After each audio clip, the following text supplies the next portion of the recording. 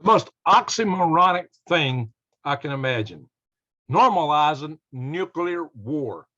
Yes, indeed, this is where we seem to be heading. This is Greg Allison with Green Gregs coming to you on the 8th October 22. Time on deck is 2100 hours Central Daylight Time. My friends, this is a scary prospect, but it's just insane. It's oxymoronic, as I said. Buckle up, guys.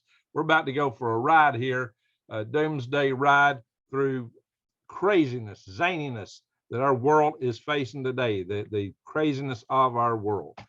And indeed, it is that, nothing less. This is kind of what we're looking at. Guys, this is not the future we want. The future that we really want looks more like, not normalized like that, but it looks more like this. This is the future we want. Guys, we might be willing to fight and die for things that we believe in, but we got to have a world for our kids. We need to have a world for the children to grow up in where it's safe for them to play and run around. But that is not the world we seem to be heading toward for many reasons. So guess what, guys? We got to struggle to make sure that our kids can do this. But we seem to be on a collision course heading in an entirely different direction, a direction it looks more like doom and gloom every day. But I believe we can turn this around and have a better day. But just look at the kind of things we're seeing, the kind of things that are being said. Biden invoking the possibility of Armageddon in a speech to Democratic fundraisers. And what's this article also say? President Vladimir Putin has indicated that Russia using nuclear weapons in Ukraine is a possibility. We all know that he said things like this several times, including the reminder that now these 4 districts of Ukraine, which they supposedly annexed, even though they're not all in their possession at the moment, of the Donbass area, which includes Luhansk, Donetsk, and additionally the oblast of Zaporizhia and Kherson. In addition, of course, they had Crimea. So they've had one they already claimed. Now they've added 4 more, and they look at this now as Russia.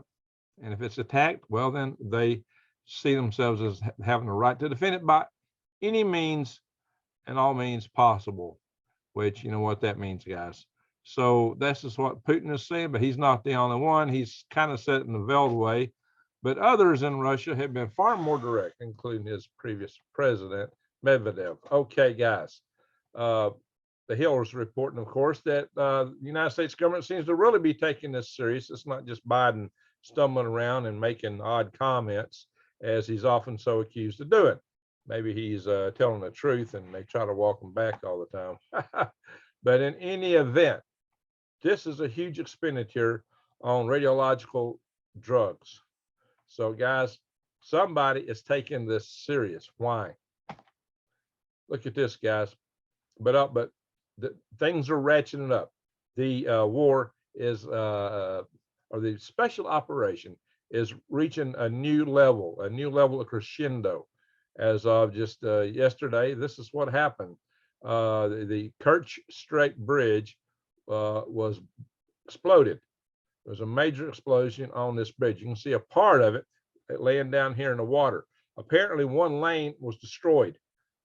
This bridge actually had 2 lanes for vehicle traffic and also a lane for freight traffic. And it's just so happened to coincide to when a fuel train was crossing the bridge to somewhat maximize the destruction on the freight side also.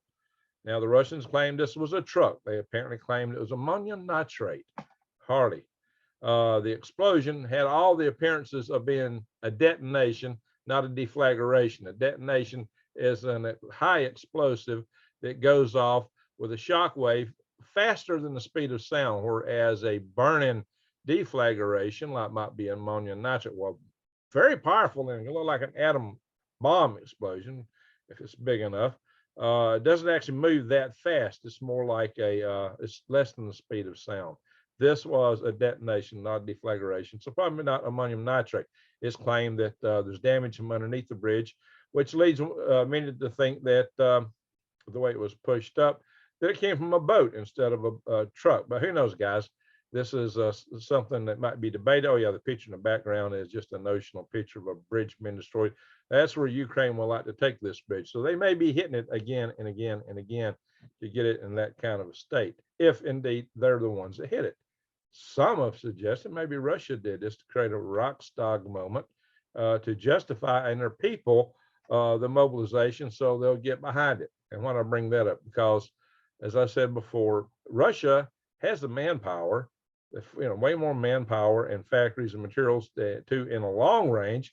They could, if the people were willing in Russia, win the war in Ukraine. But if the people are not willing in Russia and do not support it, it won't do good as a long-term war, and the victory may go to Ukraine now that Ukraine has severed seemingly major transportation hubs to resupply Crimea and mainly Zaporizhia and Kherson, because they were really dependent on these. There's one road just north of the Azov Sea that gives them a truck route, but so much more stuff was traveling by train. Russians aren't doing too good with the trucks. A lot of them have been taken out by various missiles and armaments available to javelins available to the Ukrainians. So the truck traffic is not so good. Russia is not robust in trucks.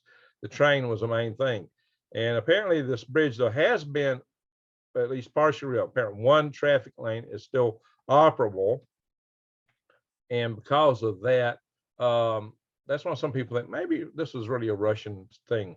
But we don't know. We'll see. There may be more bombings on it. I kind of really doubt that the Russians did this themselves because it so cripples them. But maybe they really, really, guys, see, the people in Crimea self-identify as Russian. They do. And the people in Russia can identify with that and identify with these people being Russian, suddenly getting cut off and perhaps being under attack by Crimea. Maybe it could be a rallying point that would rally the people in Russia to want to support the mobilization that Putin is trying to drum up. I don't know. I'm thinking a fat chance, but I could be wrong. So guys, and there's other infrastructure attacks going on, like you're aware, I'm sure by now, of the Nord Stream 1 and 2 pipeline damage that occurred, billions of dollars, denying the access to hundreds of billions of dollars of gas transit, money in the pocket for Russia, and much needed gas in Germany. The Germans probably are not too happy about this event, but and neither are the Russians. This kind of attack is an act of war, and many in Russia think that the United States precipitated this attack, and I cannot deny that idea whatsoever. Some people would say, "Oh, Russians did it." Well, again, how much are they in for attacking their own infrastructure? Maybe all this is supposed to add up some big Reichstag moment. Reichstag was where the Nazis burnt down their own basically parliament building and blamed it on others to marshal the support of the German people behind them, and they got away with it. But it was what we would today call a banner not so true, to use some other wording, if you know what I mean. But we're talking about normalizing nuclear war. All this could lead to nuclear war. So let's get at it. Because of losses in Ukraine, particularly the retreat of Russian troops from key cities, Ramzan Kadyrov, he has called for nuking Ukraine. Just out and out call for it. Now you can go, okay, yeah, he's a Chechenian leader. He's a big guy. He's up front. Just so happens he got promoted to being the #3 guy in the Russian military. He is rising in rank fast. He might wind up being over the entire military for it's said and done. Who knows? He might even one day run Russia. So don't discount Ramzan Kadyrov. This guy is, he's carrying a lot of weight. This is the one guy of all the Russian officials actually puts his own sons in the battle. So he is serious. He means what he's saying, guys. And this is a dangerous thing. So he is actually calling for the use of tactical nuclear weapons on Ukraine. And as you might be aware, Medvedev, who served as president briefly after Putin was originally president, because at the time the Constitution of Russia did not allow Putin to succeed himself. So Medvedev served for a while as president. Medvedev has actually come out and says, well, we can nuke Ukraine, United States and NATO. They're not going to do anything. They won't do anything about it. We can go ahead and nuke Ukraine. And he went on to say, further, Medvedev said this. He further elaborated. He took it to the next level. He said it is useless and unnecessary to appeal to the prudence of our enemies. He called us enemies in the West. The enemies must be forced to ask for mercy. Forced to ask for mercy in the lost economic battle and end it with their complete and unconditional surrender. You don't give an unconditional surrender over an economic battle. So maybe though he was talking about persecuting us to unconditional surrender, he might have been trying to go light with his language, or maybe it's a translation error here. Because an economic battle isn't the kind of full-fledged war that will lead one to a complete and unconditional surrender. That means you have just suffered a major, complete defeat. You do not surrender unconditionally otherwise. Well, here's this guy. What's he say? General Petraeus. Yes, this guy, 4-star general, was also director of the CIA. He just came out and said, if Russia sets off any tactical nuke in Ukraine, then we should destroy every Russian unit and sink every Russian unit in Ukraine, even those parts of Ukraine which we don't recognize what Russia claims. I said we, meaning the United States officially, and so he claims that every Russian unit in what was formerly considered Ukraine, that would include the Donbass area, be totally annihilated, and every ship in the Black Sea, every Russian ship in the Black Sea, sunken. Guys, if you want to get Russia to stand up and declare World War III, I think that would do it. Now, Petraeus, it's pronounced Petraeus, but I kind of said otherwise. He has been highly trusted by both political parties. He was appointed to some key positions by Barack Obama, and Trump considered him to be a Secretary of State. But he is definitely deep state, big time. He's highly involved in the Council on Foreign Relations, and him and former astronaut Scott Kelly actually together formed an organization, Veterans for Arms Control, not arm control like it. It's, fighting our amendment number 2, if you know what I mean. Yes, I don't think he's a friend of the prepper community or the real patriots in America. He is deep state and he smells like it. But he's still highly connected, even if he was retired from a scandal. All right, so now Poland is wanting nukes. Poland wants nukes. Well, Belarus also apparently at least has a launcher capability for nukes. You may be aware the Islander missile is a nuclear carrier missile, and it's got the Crystal hypersonic missile was designed based on that system. Actually, they took the Islander and modified it to make a hypersonic launcher from an aircraft. Islander was typically launched on the ground. So apparently Belarus is getting this equipment or getting launching systems that would support launch of nuclear weapons. Poland is looking for the same. So this takes us 2 steps closer to a conflagration, a war.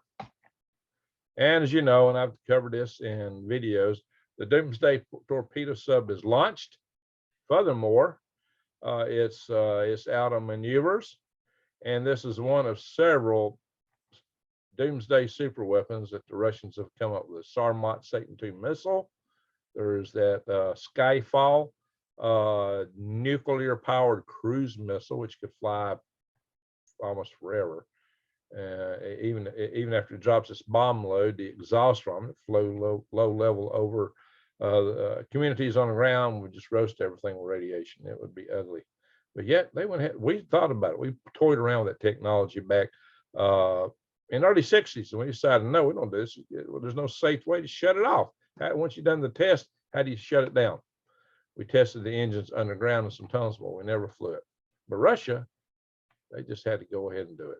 So why is Russia building this kind of stuff? Why is Russia investing so much money in these crazy super weapons, the hypersonics, the nuclear powered cruise missile, Sarmat missile, and these Sarbama carrying nuclear powered torpedoes that are this Belgorod submarine are armed with? Guys, this is nuts. Given everything, why are they so spinning into this? Well, Putin has said several times that he expected a nuclear war with the United States. He expected a war, and he said Russia could fight and win a nuclear war. And I've covered in the video just how they could do that.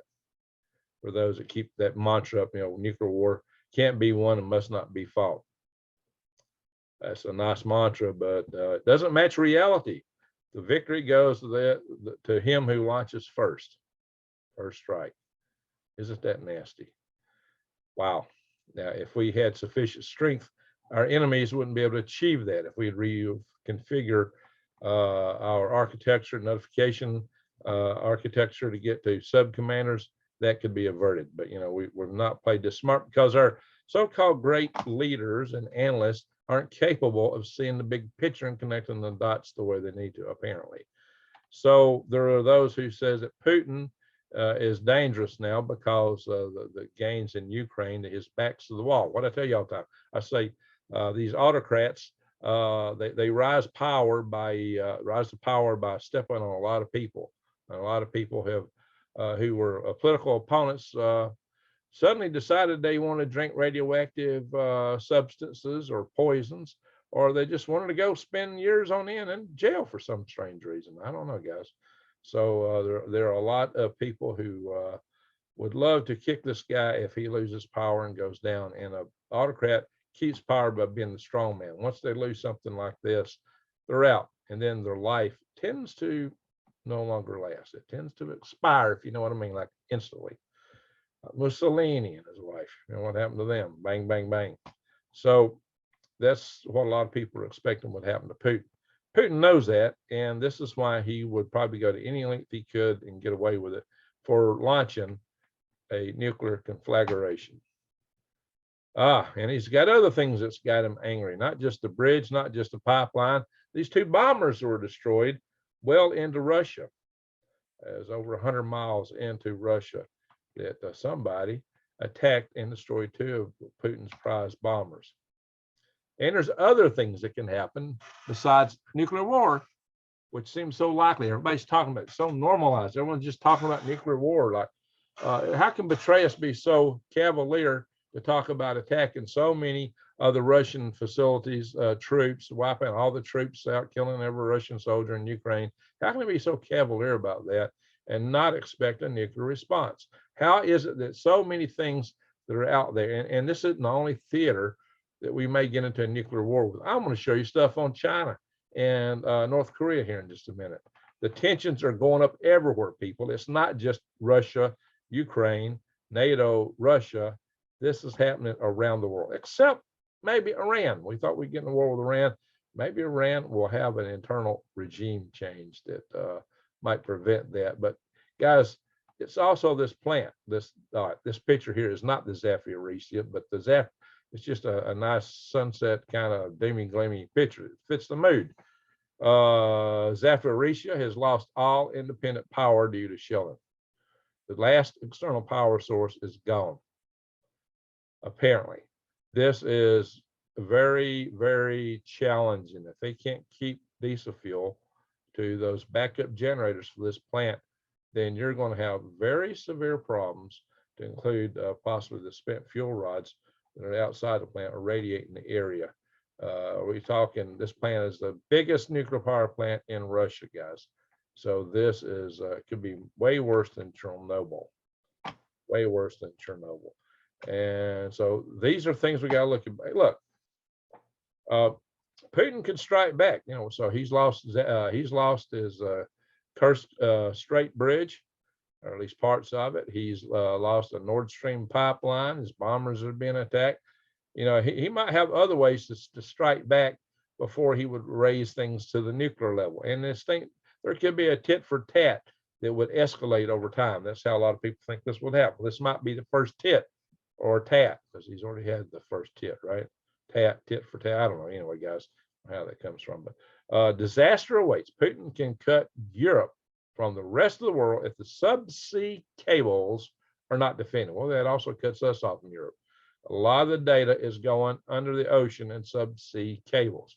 And what this illustrates is infrastructure, typically, especially your critical infrastructure, is usually long systems connected by nodes. And these long systems are like power lines, pipelines. They're targets up and down, left and right, all over the place. They're easy to get to. There's no way you can entirely defend these targets. Cables, power lines, pipelines, all this kind of stuff, guys, is hard to defend because it stretches across countries. And then the pumping stations, the signal repeater stations, whatever is involved in the nodes in the system, they're often single failure. There's have no failure tolerance at all. You bring them down, you lose a lot of stuff. So even if they do have it, the problem is we know where they're at. They're concentrated. They're just, all this stuff is just too easy to take out, guys. So we're living in a world as it escalates. A lot of things we depend on day-to-day life might just disappear because we are in an escalation of tit for tat steps toward a larger war if we're not careful. A lot of people are claiming that Putin's spending most of his time in a nuclear bunker. I've seen it several different ways. I don't know if it's true. It could be propaganda.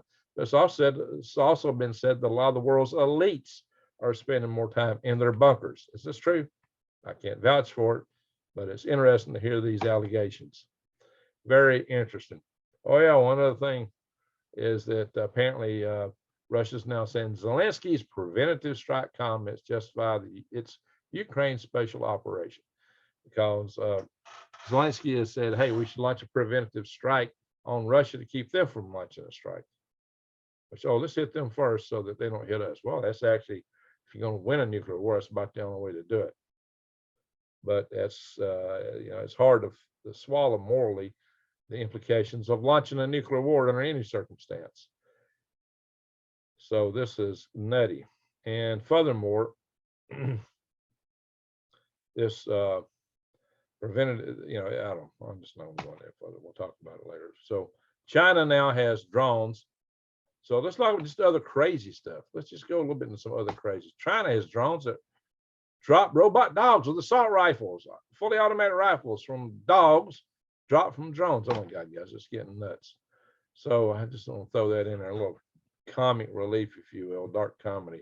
Second offensive on Kyiv possible, but Russians need 2 to 3 months. So they're actually gearing up in Ukraine again. So they might make another drive from the north to the south to try to take Ukraine's capital.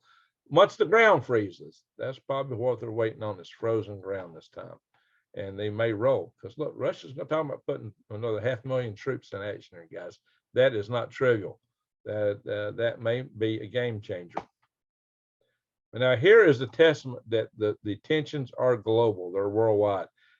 Taiwan just made a whole new proclamation, a huge proclamation that could directly lead to war. Taiwan will treat Chinese military flights into its airspace as a first strike. This is what their defense minister said, a first strike. Okay, you've attacked us by crossing our airspace. They're getting really tired of the harassment they've been getting from China. So they said, okay, do it again, we go to war. The only problem with that is we're back in Taiwan. So Taiwan could drag us into World War III like right now. And they're getting ready. Taiwan prepares for war. Of course, a war with getting involved with Taiwan against China could indeed lead to nuclear war. But it's not just Taiwan and China. The Japanese responded to the China-Taiwan tensions by militarizing their remote islands, which China also claims. China claims everything, right? The Chinese man that ever saw it ever in the history of life on Earth, it really belongs to China. At least that seems to be the philosophy of Xi Jinping. So let's see what happens here, guys. And North Korea, our buddy little Kim, Rocket Man. North Korea and South Korea on the brink of war as Kim Jong-un launches more missiles. And the U.S. and Japan and South Korea decided to do some military exercises at sea. And then Korea flies more planes after those missile launches. And it's been said, I didn't post the article anywhere, they just had another missile launch. Guys, war is horrible. And who we used to send to war are really young men. This guy here is probably all of 18. He doesn't. Now, this guy in the center picture, he's actually an American in Vietnam War era. But look at him. He doesn't look like he's ready for combat. He just looks like a little kid. And this is often what we send to war. Wars are horrible. There's no way around it. And this is true. A lot of Russians are getting conscripted and sent into the meat grinder. A lot of them don't want to go. That's why a lot of people are fleeing Russia. But some of these poor kids that get conscripted in, they, suddenly they got military justice on their head, and if they try to dodge out, they get in all kind of trouble. So it's and they probably don't have the means to run anyway. It takes money, to flee a country, gas, fuel, tickets, whatever. Some of these poor kids just don't have it, so they get stuck. So I got a feel for troops on either side of a war. So some of them have no desire to be there. They're stuck in it. They don't know how to get out of the situation. And so it's a horrible thing to get stuck in a war. War is horrible. But you got to fight for your freedoms. You got to fight for things you believe in, but I would not launch a war. I think war should only be defensive. And if everybody had a proposition that wars were on defensive, there wouldn't be any wars. Oh well, so much for that. But now we got the guy who's talking about EMPs, trying to poo on those and say, well, I don't need to worry about it. I did a video on that, guys. I mopped the floor with this guy. I really took them on. So you should watch my recent video on this topic. Now here's what's really getting me now. Okay, so we got everybody in the world talking about war, nuclear war against a country that's got more nuclear warheads than anybody else on earth, Russia. Tactical and strategic. They've got the most warheads, the most missiles that can launch this stuff. Well, China's coming up fast in missile count. And they've probably got more warheads, a lot more warheads than what Western intelligence seems to think. I'm using the term intelligence loosely, I do believe. But Lindsey Graham,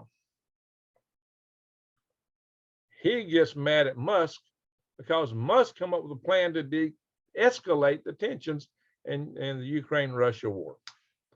Musk had a plan, and well, if Russia and if Putin and Zelensky don't want to go along with it, it's just an idea.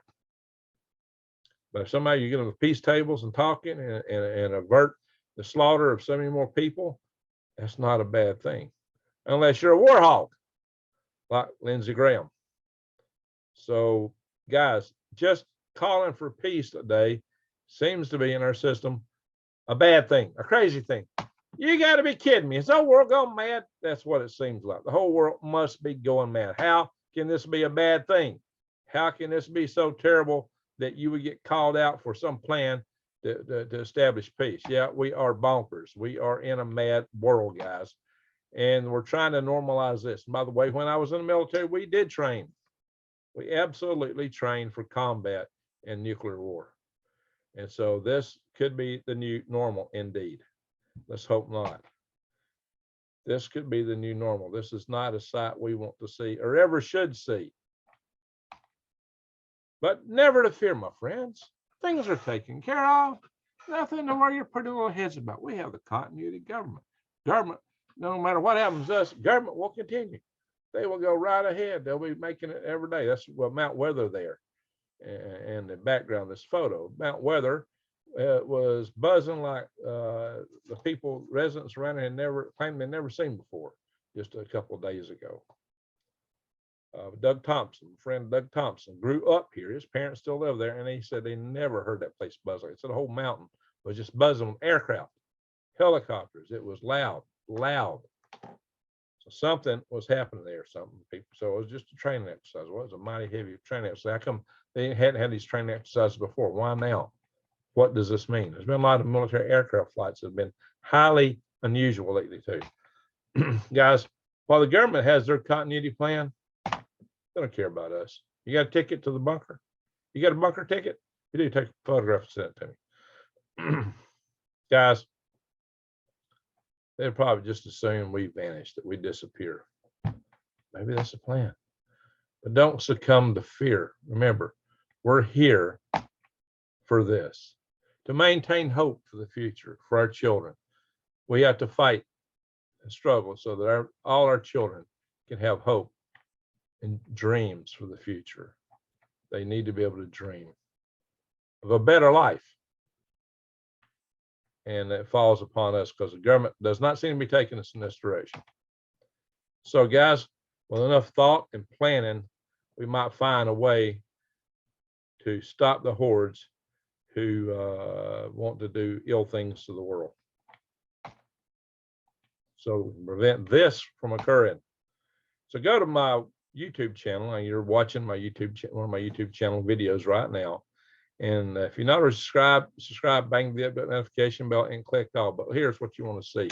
Guys, here are several videos dealing with surviving nuclear war. You need to watch these. These first two videos, I go into great depth about what is radiation, how much radiation hurts you, how to shield from it, how to layer it, how to build shelters. These two videos are packed with information in that regard. This is nuclear bug out. It contains a little bit of this.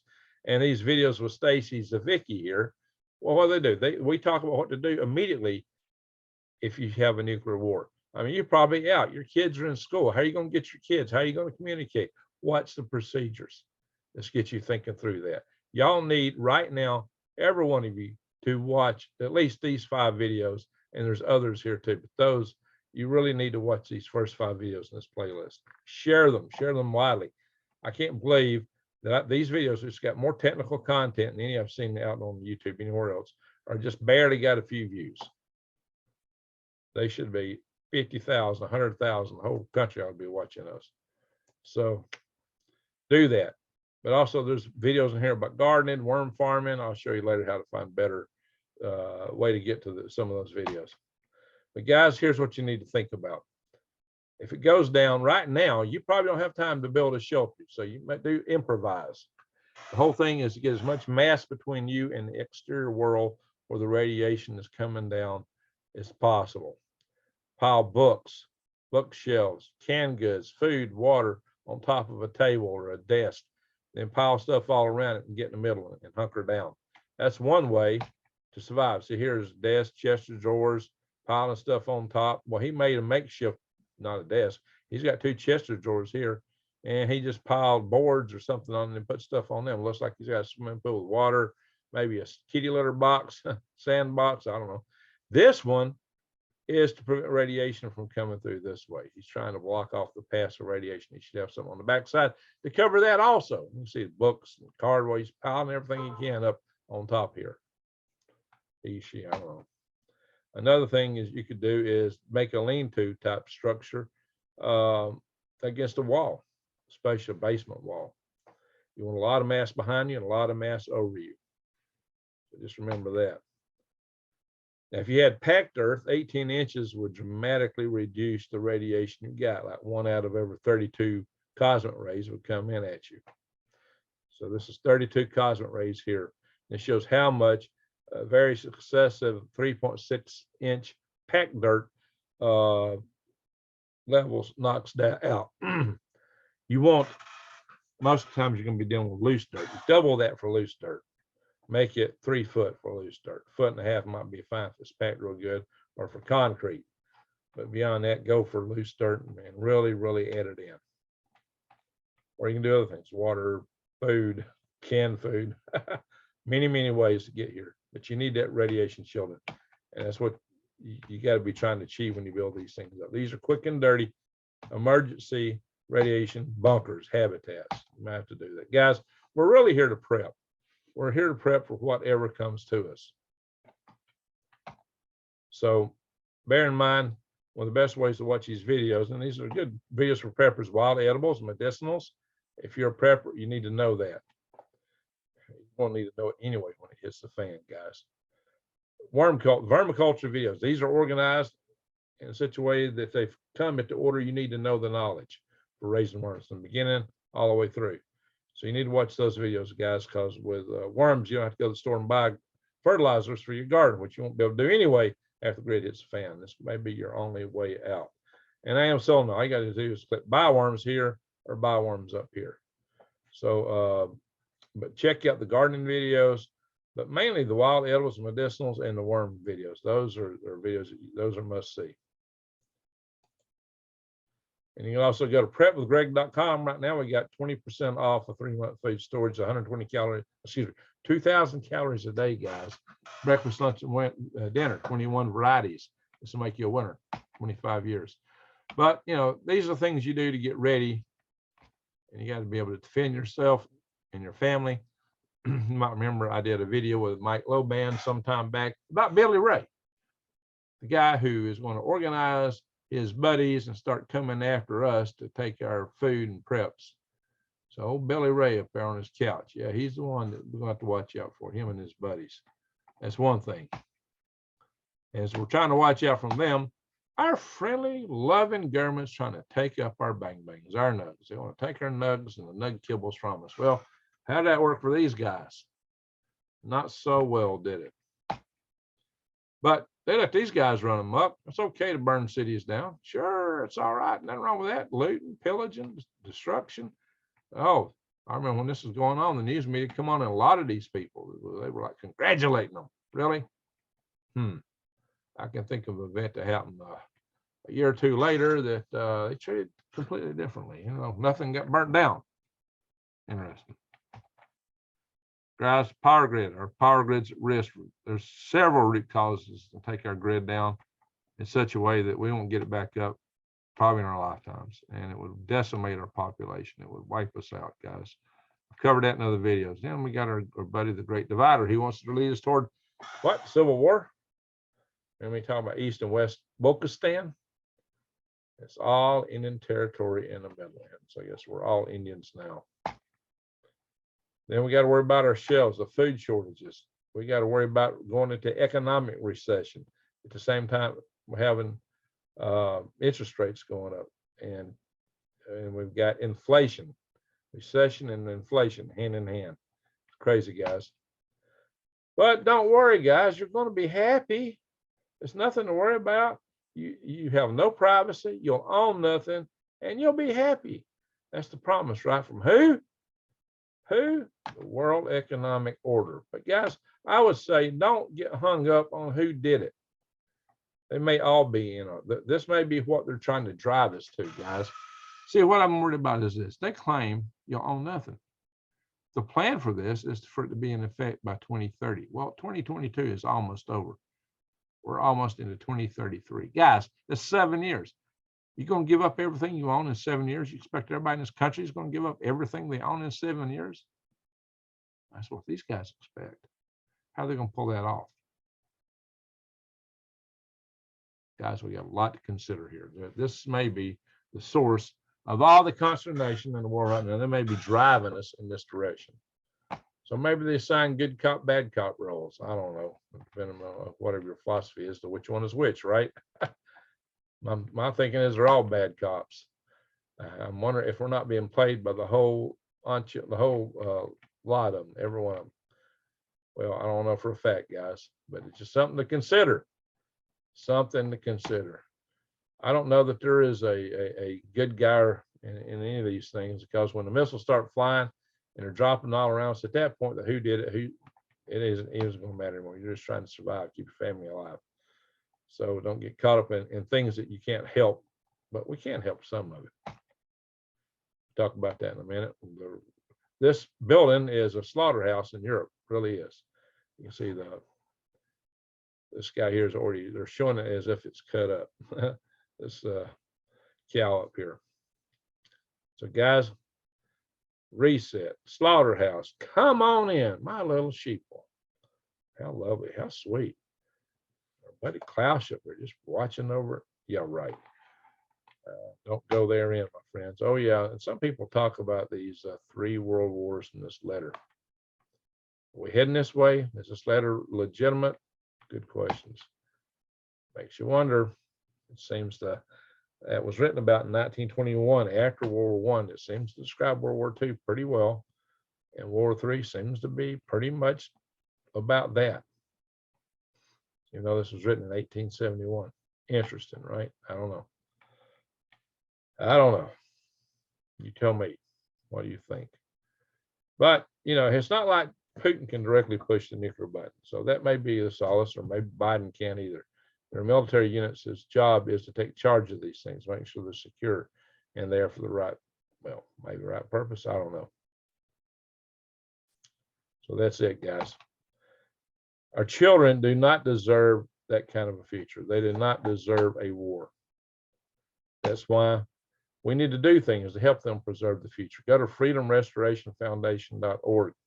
Go here on the Action Center, click on it, go down and read the alerts, and then go to further down, and you'll see all the data about how to contact your state legislators, your federal members of Congress, the House, and the Senate. And it tells you how, not only how to find them, locate them, contact them, and these are easy steps, but it tells you, gives you sample letters to write even. Well, tells you a little bit about, not so much samples, tells you how to write them for basic, how to call, things like that. Guys, but we got to prep. We got to get with it right now. Time is running out. Time is running out. That's why I talked about these makeshift shelters. If you want to see how to do a real shelter, guys, go look at these videos. Surviving Nuclear Events, War, and More, Part 1 and Part 2. These videos are what you really need to watch in great detail. So that takes you there, my friends. All right. So I really think maybe we're being played.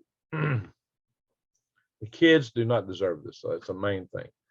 We need to do this for the kids. We need to preserve a better world, a better future. So other things we can do to make sure that we can survive on our own. I started a survival tribe network, and my friend Wise Owl, who comes in our chat session. That's not her real name. I know her real name, but she don't.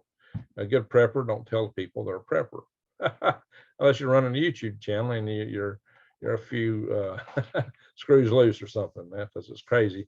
Tell the world you're a prepper. But when you're doing a prepping channel on YouTube, well, that's it, guys. Survival Tribe Network. We can't survive on our own, guys. We got to have each other's back. So this is something we need to work on. You need to join it. I don't know how much time we got, guys.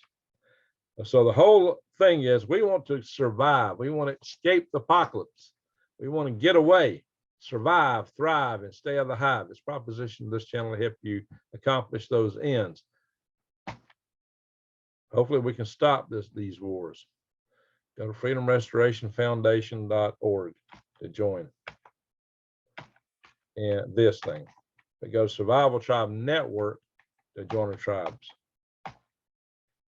Now, the hope is that we can return to a world and maintain a world where the kids continue to play innocently in nature and not have to worry about radiation and all kind of nasty, so the kids can be kids and to grow up and build a new, better world one day. But lastly, my friends, like I said, we're here to survive, thrive, and thrive, and survive. Stay out of the hive. The main reason for this, guys, is this. I always tell you that when it hits the fan, and if it's finally over, it's our mission to stand up, shake it off, and go out and build a better world. And we do it for these. But guys, finally, my last word. Here's what you need to do. You need to go out and tell everybody that you care about, that you love them on a regular basis. The kids especially, they need the affirmation. It's good for their health. It's good for their mental health. It's good for their souls. They need affirmation. So be sure to tell them you love them. Give them a kiss, a hug. They'll love it. And we don't know how much time we got left in this world. So ever a little precious. Sharing like that is just that. It's precious. It's golden. You don't know how much time you got, how much time they got, if you get separated. So your loved ones need to know you love them. Make sure they know that often. Oh, they know that, Greg. Well, they need to hear it from you. They really need to hear it from you. And the final chart, the final thing you need to be aware of to do in these trying times, get right with your maker. And that is really the bottom line. Get right with your maker. Anyway, Halo. We're in serious times. Seriously, it's nuts. It's insane to normalize nuclear war and be able to talk. Yeah, it's okay. We can, like Medvedev. Yeah, we can nuke Ukraine. The United States isn't going to do anything. And then our general betray us, coming right back and says, "Oh, then we should knock out every Russian soldier. We can sink every ship. Maybe we can." But what's the retaliation at that point? You really then put a big hole in Russia's forces. And they're going to feel wide open and vulnerable. And you got Zelensky. Oh yeah, one of the other comments Zelensky's made was, yeah, well, let's go up and prosecute Putin. He's got to suffer for his war crimes. That is taking down the Russian state, and that, my friends, is the reason Russia has a nuke, because that's their existential survival. Take down the Russian state. That's what it's all about. And they've even pretty much admitted that in North Korea, because they got it written into their system that if you take out the dear leader, Kim Jong-un, then everything's launched. Wow, talking about a dead hand switch. That's the dead man switch, right? Literally. So, our friends, we're living in perilous times. Prep and pray. And don't forget that. Survive, thrive, and stay out of the hive so you can help build a better world and a better day. Well, that, my friends, I'm going to say thank you for watching. Greg out.